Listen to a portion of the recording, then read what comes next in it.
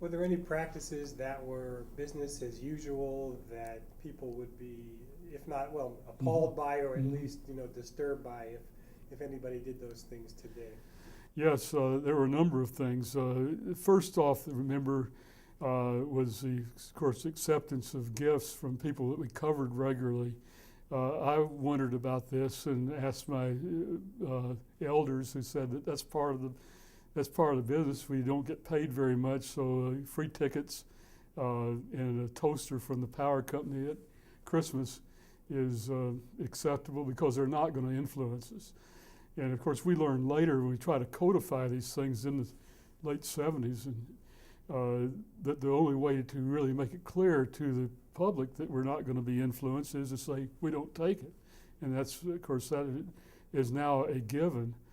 Uh, but then things that, in terms of practice, I remember one time we were doing a story about the farmers having a huge blackbird problem in Arkansas, which they probably still do today.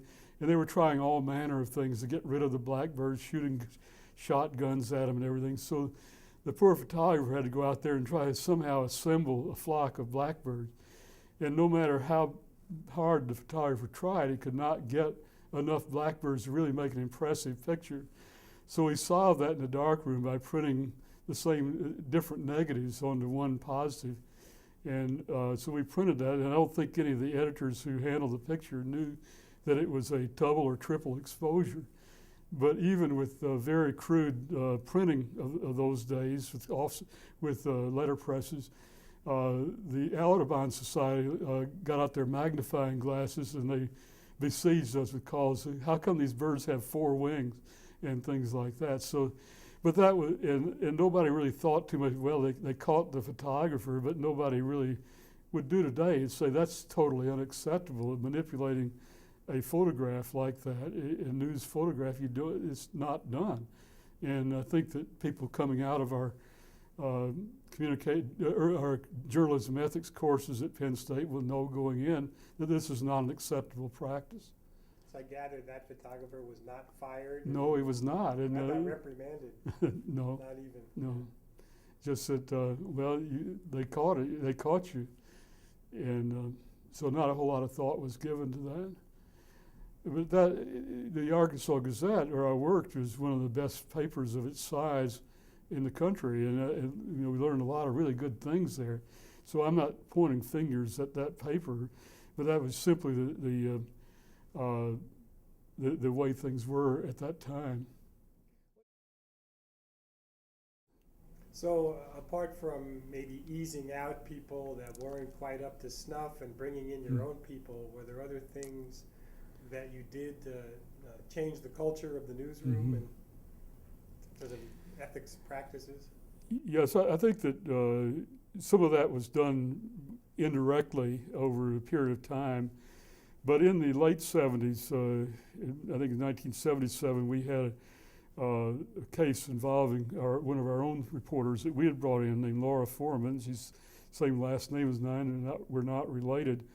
But Laura was covering state politics, and it was rumored that she had a romance with Buddy Cianfrani, who was a South Philadelphia state senator, who was one of the most powerful people in Pennsylvania politics at the time.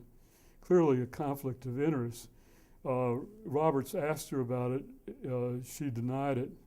And when she didn't come back and say, well, I didn't, but I do now, he took that as a continuing denial. And even though other reporters were complaining to Jean about that, he took her at her denial.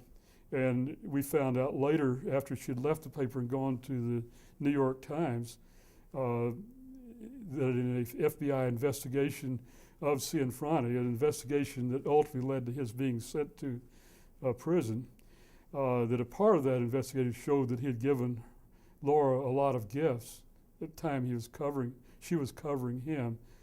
So clearly there was a relationship, and even his accepting the gifts would have been a conflict that we couldn't have accepted. So we ran a story about that. And about that time, well, as a result of that, Gene Roberts said that we need to have a comprehensive conflict of interest code of ethics. And so Jim Naughton and Gene helped me some on it. And I wound up as the chair of a committee, and we had reporters and copy editors and photographers. And Jim pretty much became the scribe for the group. And I remember Jim and I called a bunch of papers trying to find if there was such a comprehensive code out there. Obviously, you don't want to reinvent the wheel. And we found only 2 papers had something like that. They were Milwaukee Journal and the Louisville Courier Journal. Other papers, including the Times, including our own paper, including the Wall Street Journal, had very thorough statements of policy on certain aspects of conflicts, but nothing across the board. So we devised our own. And I think that we were there right, and this is recounted in my textbook, that within a matter of years, 4 or 5 years, that many newspapers and television radio stations had adopted conflict of interest codes. I see that as quite a sea change in journalism ethics. I'm not saying we started all, but it was as a coincidence we were in early on that changeover.